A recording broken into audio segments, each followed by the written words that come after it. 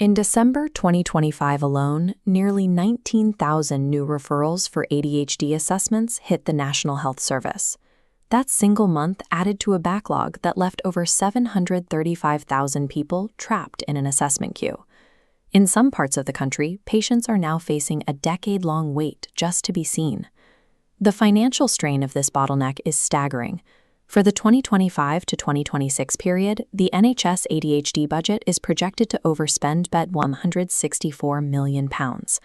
Meanwhile, real terms disability benefits tied primarily to the condition have tripled over 4 years, reaching £577 million.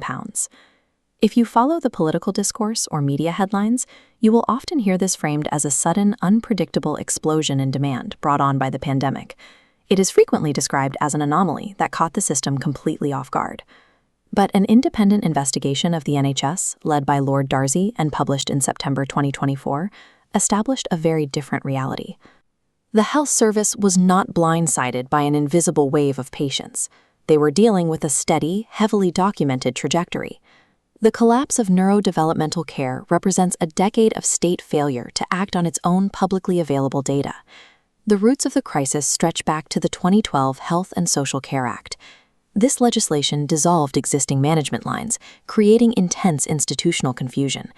3 tiers of management were wiped out at once, forcing the system to build hundreds of new commissioning groups from scratch.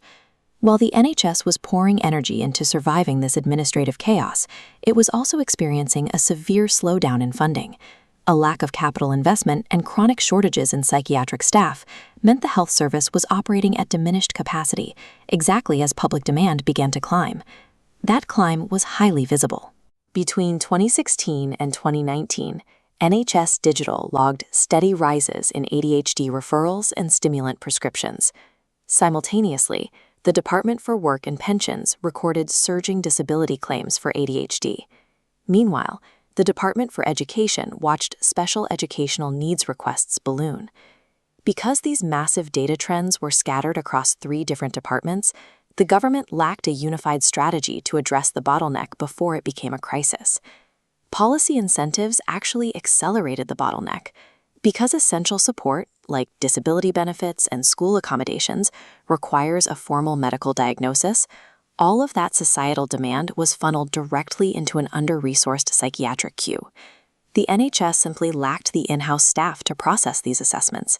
At the same time, they were bound by legal waiting time targets. To avoid breaching those targets, commissioners had only one option: outsource the assessments to independent private sector clinics.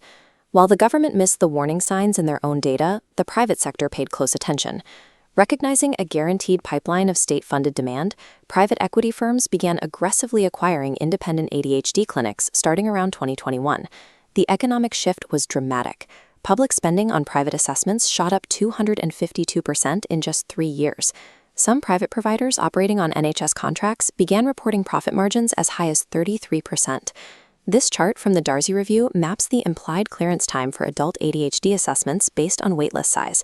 The backlog is so overwhelming for certain trusts that at current rates, it wouldn't take months to clear, it would take decades. In practice, the right to choose framework created a massive transfer of public wealth to private equity firms. Meanwhile, the patients with the most severe clinical needs were left to compete for limited appointments in a system that could no longer keep pace. Behind these massive budgets and waitlists is a severe clinical reality. When neurodevelopmental conditions go unsupported, the documented risks are severe.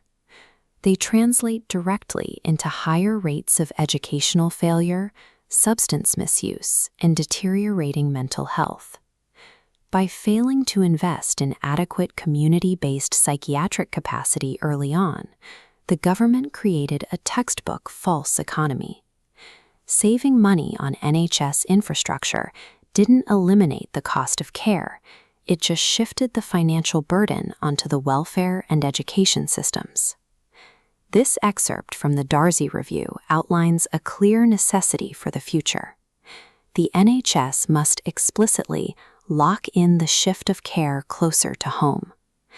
Moving resources out of acute hospitals and expanding community mental health services is required to break this cycle. We are already seeing the cost of ignoring this approach. The surge in special educational needs, driven by delayed diagnoses, has pushed 8 in 10 local councils to warn they face insolvency due to high needs deficits. Ignoring these long-term data trends and starving community infrastructure wastes billions in public funds while leaving the most vulnerable citizens stranded in a decade-long queue. The data predicting this crisis was published on government websites for years.